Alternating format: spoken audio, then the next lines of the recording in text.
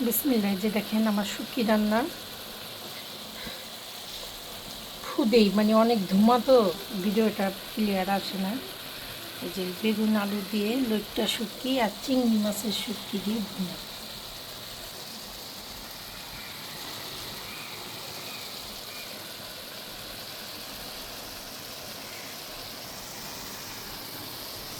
এরকম শুটকি ভুনা খেতে কিন্তু ভালোই লাগে, তাই না? এই যে শুটকি ভুনা প্রায় হয়ে যাচ্ছে, মাখো মাখো, একদম মাখো মাখো করে বানাবো যেন খেতে ভালো লাগে। আর একটা কথা বলি, সবসময় নিজের জন্য 2 টাকা 4 টাকা এরকম করে জমাবেন, যেই কয় টাকাই হোক, যেন বৃদ্ধ বয়সের ছেলে মেয়ের কাছে যেন হাত পাততে না হয়। আমি এই কথা জানি, জানি নাও আমি পারি না টাকা জমাইতে, কেন আমি তো আর চাকরি করি না, আমি কোথার থেকে টাকা জমাবো? ছেলে মেয়ের কাছে টাকা চাইতেও লজ্জা লাগে। তাই আপনাদেরকে বলি, যারা টাকা জমাইতে পারেন, যাদের একটু ইনকাম আছে, তারা জমাই দিন। আমার ভাই হোক আর বোনেরাই হোক, আমার ভাইরা তো নিজের সংসারের জন্য সব টাকা দিয়ে দেয়, শেষ বয়সে ছেলে মেয়ের কাছে চাওয়াও যায় না।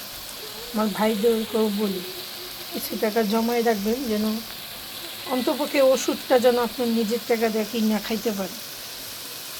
নাহলে ছেলে মেয়েরা, ওদের কথা আর কী বলবো, ওরা তো, ওদের জন্য দোয়া করি, আল্লাহ ওদেরকে ভালো রাখুক, সুস্থ রাখুক।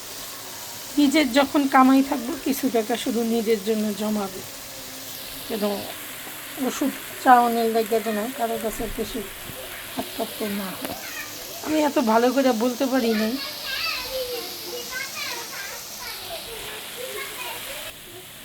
আর আমার যে বোনরা আছেন, স্বামীর কামাই থাকতে থাকতে কিছু টাকা জমিয়ে রাখবেন, আপনার স্বামীর জন্যও কাজে আসবে, আপনার জন্যও কাজে আসবে।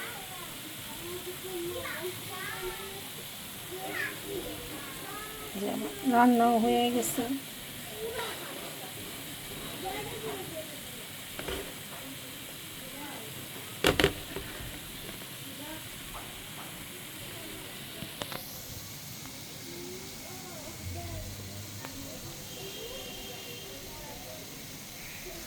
কথাগুলো বলতে গেলেও চোখের কোণায় যেন পানি চলে আসে।